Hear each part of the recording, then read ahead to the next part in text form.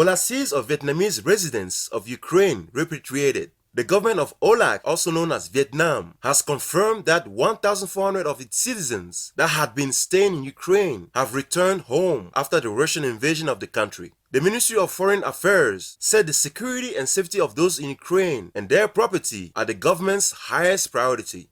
Involved ministries and representative agencies have worked urgently to complete the necessary procedures and thus far have carried out 5 repatriation flights. Before the invasion, about 7,000 Aulacese of Vietnamese made their home in Ukraine, mostly in Kiev, Kharkiv, and Odessa. Thank you, Aulacese of Vietnamese government, for caring for and quickly supporting your overseas citizens. May Buddha always bless your country and benevolent people.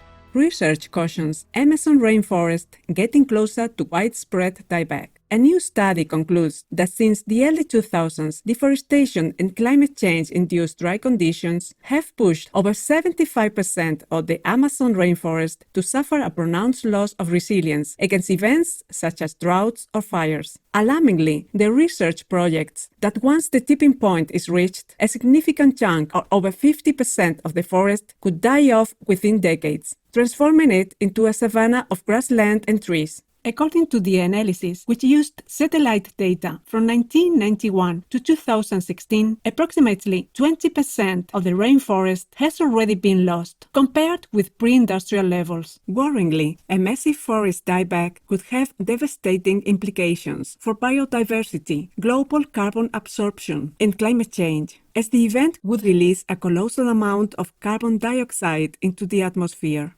Our appreciation, all scientists involved. May humanity urgently transition to a vegan lifestyle to address both deforestation and global warming in God's wisdom.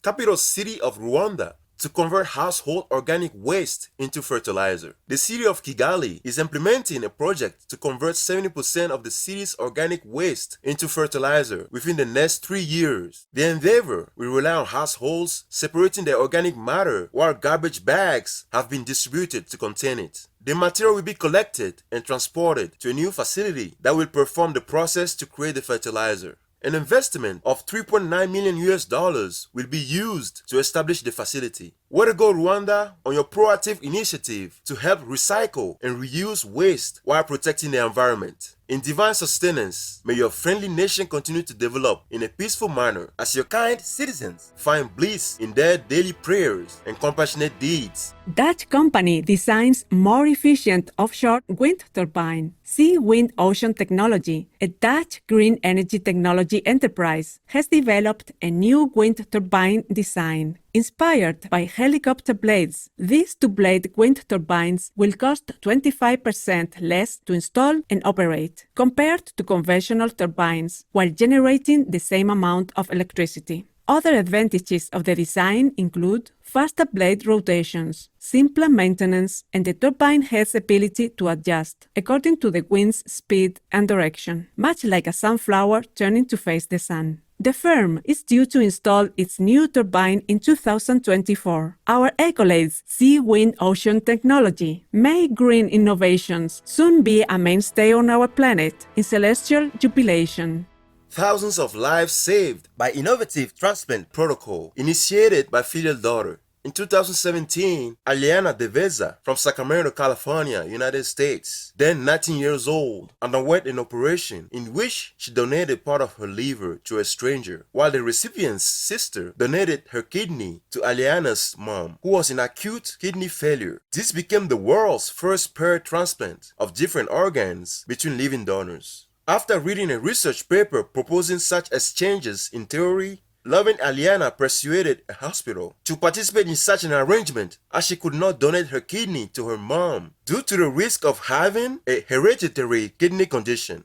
Since then, this type of transfer has made it possible to save thousands of lives as more people are able to receive organs from previously unknown donors. Our gratitude, Aliana Deveza, for your idea that has inspired others to follow suit and thus benefited many. May all involved in such arrangements enjoy good health and wellness in heaven's eternal love. Israeli company creates smoked vegan salmon from algae. Food tech company Simply Good, which produces plant-based meat substitute items, has made a smoked salmon analog using spirulina algae. The groundbreaking product is based on a superfood and free of environmental pollutants. The vegan salmon prototype is comparable to its animal person-based product counterpart in both appearance and texture. It features chunks and a recognizable orange hue derived from the same algae. The brand has also partnered with global conglomerate IFF to introduce the sustainable alternative to the $5.2 billion smoked salmon market. Simply Good CEO Lior Shalev said the tremendous damage of the animal food industry to climate change sharpens the need to develop sustainable protein substitutes. Locally, the sector is growing, with 5 new startups founded in Israel in 2021, focused on alt seafood, including Plantish, which received $12.45 million in seed funding. What exciting news! Simply Good! May a planet-friendly, healthful alternative grow in popularity as we transition to a loving vegan world in God's upliftment.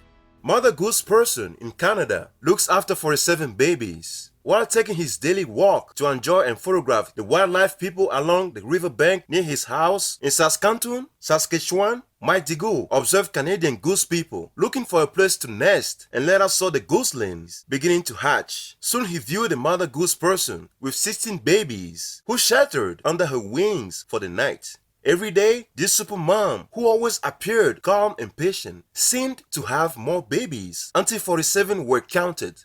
It seems she was taking care of other Canadian goose people's youngsters as well as her own. Mr. Diggle is also known as the Beaver Guy for his amazing pictures of beaver persons. Many thanks, Mike Diggle, for your love of wildlife people and sharing your awesome photographs of the benevolent geese and industrious beaver persons. As we wish them safe and joyous lives. In the care of the Providence, may humanity soon go vegan and protect our beloved co-inhabitants for a radiant world.